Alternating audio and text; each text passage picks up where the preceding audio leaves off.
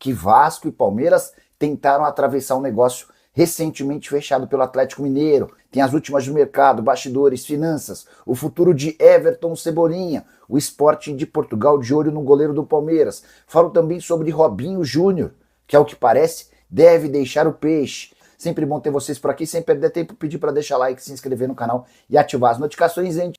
E o Sporting de Portugal está de olho em um goleiro do Palmeiras, mas não se trata de Carlos Miguel. O time português gostaria de contar com Kaique, atleta de 23 anos de idade, que defendeu na última temporada o Nacional, também de Portugal, por empréstimo. O Palmeiras gostou tanto da participação do Kaique por lá, que decidiu reintegrá-lo ao elenco, promovendo o Kaique para segundo goleiro. Hoje o Carlos Miguel é titular, o Kaique é a primeira opção do banco, à frente até do Marcelo Lomba, apesar de que o Kaique ainda não foi utilizado. Desde que retornou de Portugal na metade do ano, ele foi para o banco de reservas em 5 jogos e não foi utilizado em nenhuma vez. Na temporada passada, com a camisa do Nacional, foram 28 partidas.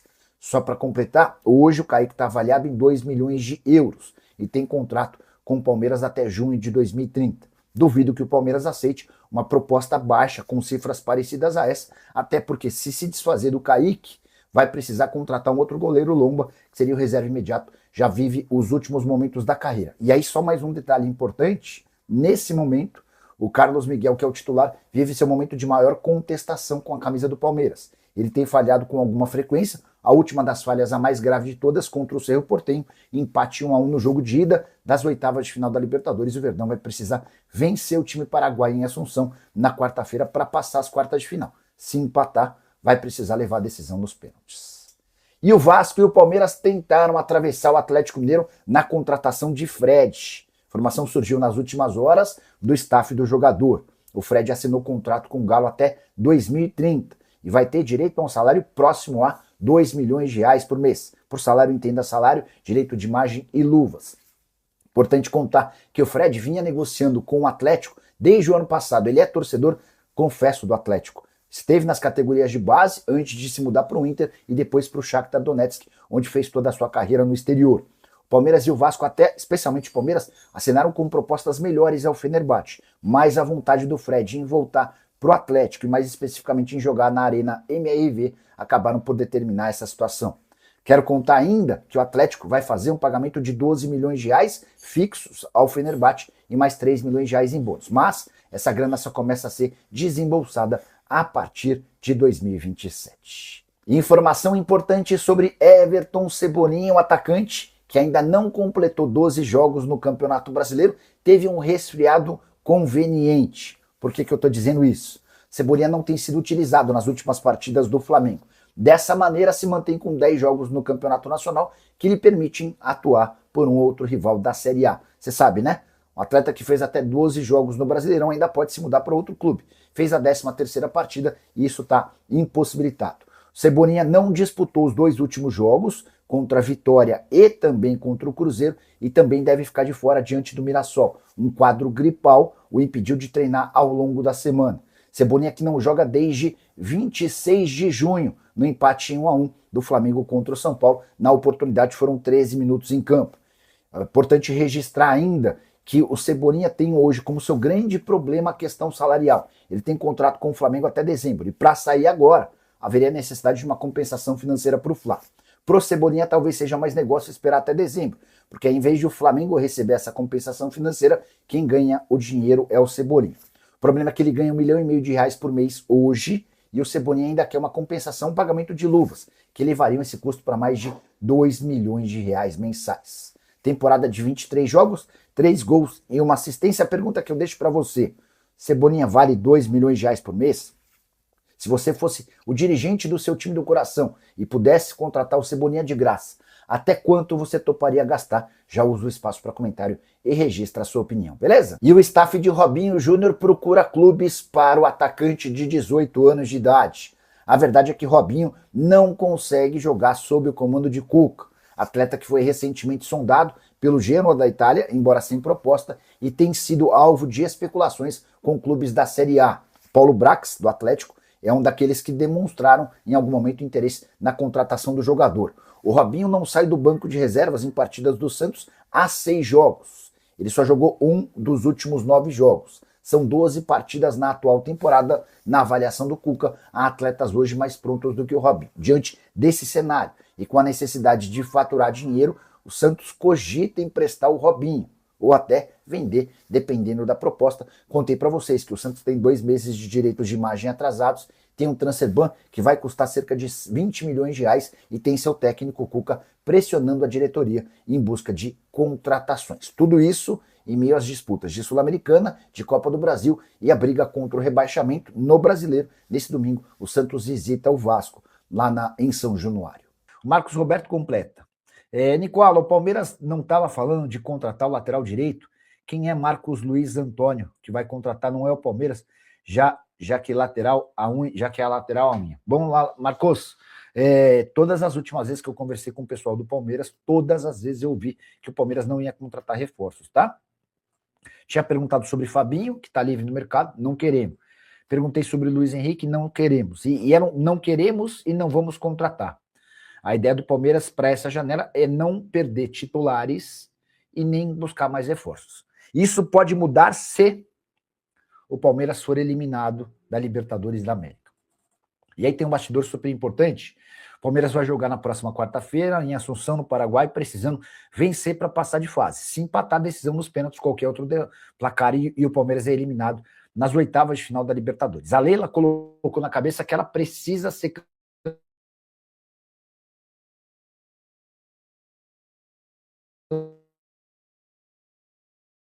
campeã da Libertadores, de deixar o Palmeiras, tá? No momento em que deu uma travada em vocês.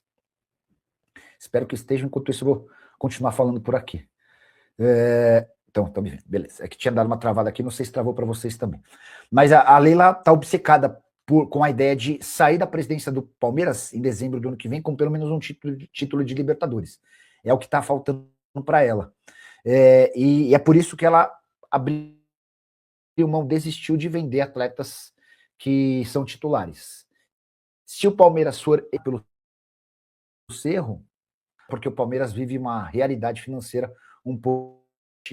tá falando sobre o Palmeiras, a obsessão da Leila por Libertadores da América. Se o Palmeiras for eliminado pelo Cerro, cara, eu acho até provável que a Leila utilize esse resto de janela no futebol europeu para vender alguns titulares. Porque o grande objetivo dela, que é ser campeã da Libertadores, passa a ter oportunidade apenas em 2027, beleza? O Everton Fernando pedindo para falar sobre o Palmeiras. Deixa eu trazer uma comparação sobre condição financeira de Flamengo e Palmeiras. São, de longe, os dois clubes mais ricos do país, né? Nem há muita dúvida em relação a isso. O grande ponto é entender um pouquinho das políticas e das estratégias de Leila Pereira e de BAP à frente dos clubes. O Palmeiras teve no ano passado receita de 1 bilhão e 800 milhões. Receita é quanto arrecadou.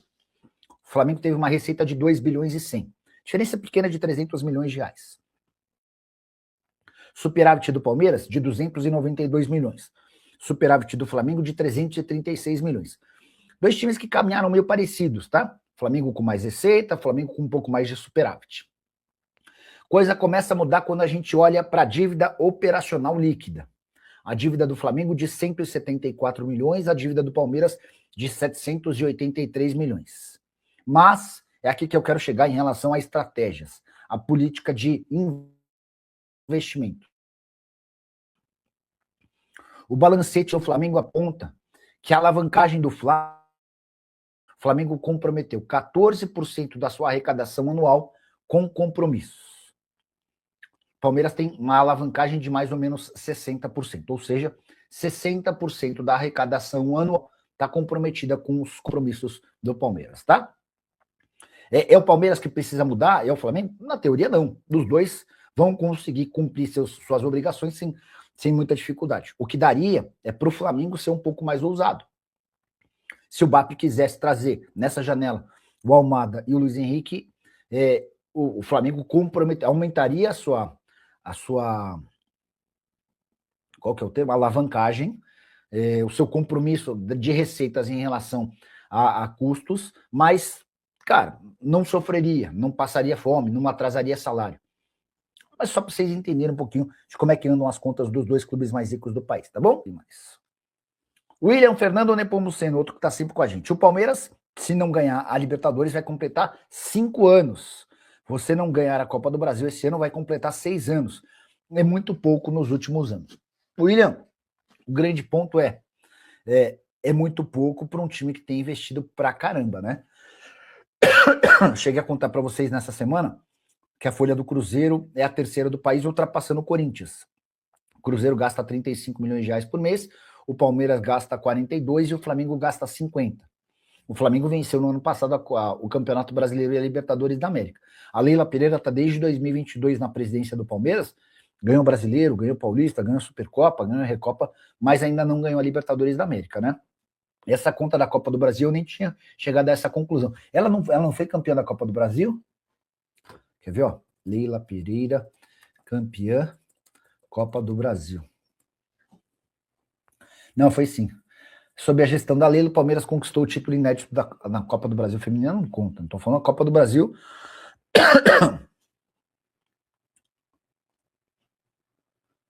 Enfim, agora... tá falando do feminino. Quer ver? Títulos, Leila Pereira. Palmeiras, vamos ver. Diversos títulos importantes. Brasileiro de 22 e 23, Paulista de 22, 23, 24 e 26. E a Supercopa do Brasil. Então ela não ganhou, além da Recopa Sul-Americana. Então vamos lá. 2 brasileiros, 4 paulistas, já são 6, Supercopa do Brasil de 23 e Recopa Sul-Americana de 22. Você tem razão. Você tem razão. Ela não ganhou nem Copa do Brasil, nem Libertadores da América. Investindo como nunca, né? E com o time mais forte da história do Palmeiras, não sei, será que é mais forte que aquele da Parmalat? Talvez os palmeirenses tenham mais capacidade de responder.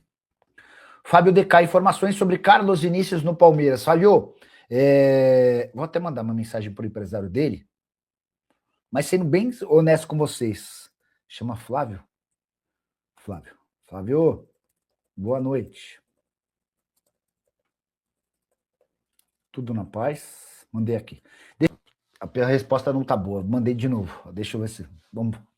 Tá meio confuso, mas vai dar certo. Bom, vamos lá. Sobre Carlos Vinícius no Palmeiras. O Carlos Vinícius está fazendo uma baita temporada no Grêmio, o contrato acaba em dezembro. O Grêmio está tentando a renovação do vínculo dele. O Grêmio até achou que tinha uma cláusula de obrigação automática do contrato se ele disputasse pelo menos 60% dos jogos. Só que, na verdade, isso valia para o primeiro ano de contrato. O Grêmio comeu bola e agora está desesperado tentando renovar o contrato com o Carlos Vinícius. A novidade vem agora. Antes de fechar com o Grêmio, o Carlos Vinícius foi oferecido em pelo menos 3 janelas, para o Palmeiras, para o Corinthians e para o São Paulo. Sempre o empresário, vocês não querem, pô, o cara é bom, o cara faz gol, olha o currículo dele, já passou por vários clubes grandes da Europa. E tanto o Corinthians, quanto o São Paulo, quanto o Palmeiras, olhando com desconfiança. A pedida era de R$1 milhão por mês. Pô, mas 1 milhão? Pô, mas ele foi bem no Benfica, mas não foi bem no Mônaco. Pô, não foi bem na Inglaterra.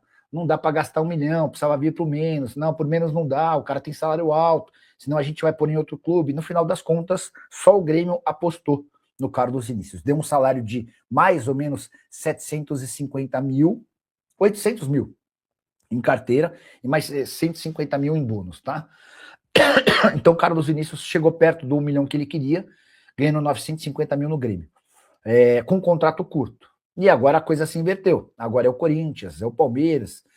Imagino que talvez até o São Paulo, agora com a renovação do Caleri, talvez não. Mas agora são os clubes que meio que esnobaram ele, que estão interessados na contratação do atleta.